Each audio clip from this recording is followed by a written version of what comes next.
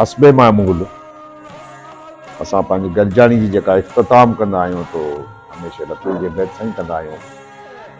ऐं हुन में दोस्तनि जूं मोहबतूं आहिनि वरी चवंदा आहिनि थोरो असांखे ॿुधाए बि सही थी अॼु पाण हिकिड़ी आम ॻाल्हि खां हटी करे हिकिड़ी ॻाल्हि सभई सम्झण जी कोशिशि था कयूं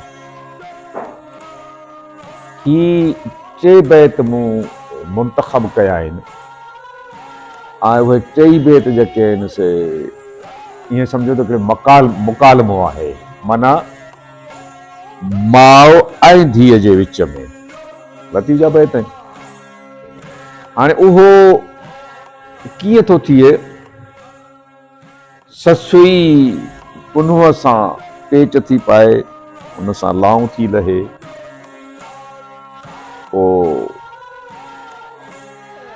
पुनू जा भाव अचनि था ॾिसनि था त बाबा असांजो हमरा आहे को नेट खणी था अचनि था वरी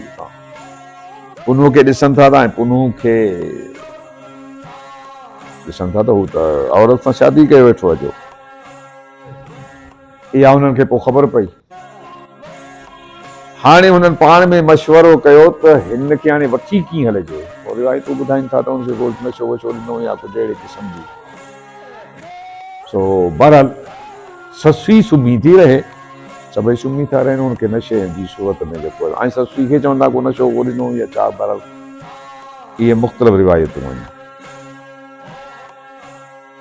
पुनू रवानो थी वियो पुनू खे वठी विया हुनजा भाउ वठी विया सुबुह जो उथे थी ॾिसे थी त हाणे अङण ख़ाली आहे न उहो ठार आहिनि न ओटी आहिनि न उठ आहिनि ऐं न ई मुंहिंजो मुड़ुसु आहे न धीउ आहे इते जेको आहे सो हाणे सर्तियनि साहेड़ियूं बि पंहिंजे हिसाब सां हुनखे चवनि थियूं ऐं हीअ बि चए थी हाणे परेशान आहे नेठि पंहिंजी माउ खे हाणे ॿुधाए थी त हीअ तयारु थी वई आहे वञण जे लाइ। हाणे तयारु जेका थी वई इत जेको आहे सो लतीफ़ जेका निशानदेही करे थो हुनखे कमाल जी जेका शाइरी में जेको हुनजी ॿुधाए थो ॻाल्हि त ससुई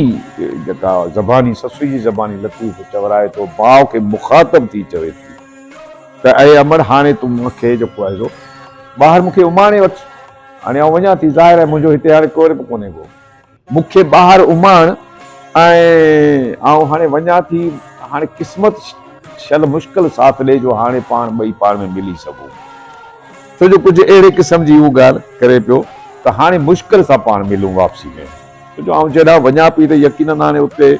खोड़ सारा ख़ौफ़ ख़तरा बि आहिनि मुख़्तलिफ़ ॻाल्हियूं आहिनि ऐं इहा हिकिड़ी कैफ़ियत आहे। हाणे इत लतीफ़ जेको आहे सो इन सॼी कैफ़ियत खे पंहिंजी शाइरी में पंहिंजे बैत में बयानु थो करे ससुई पंहिंजे माउ खे थिए चए त अमड़ मुंहुं मार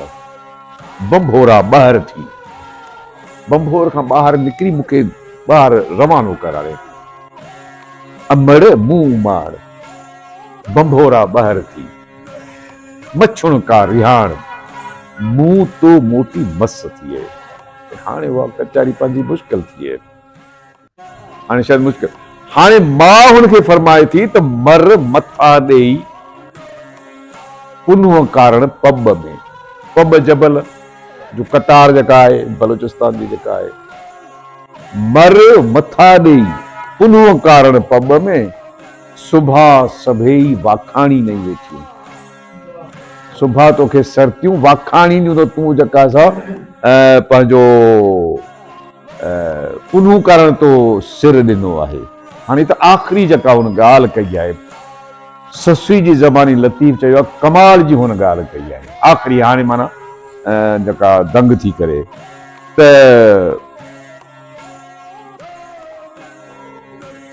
उहा थी चए त लॻंदे लकनि से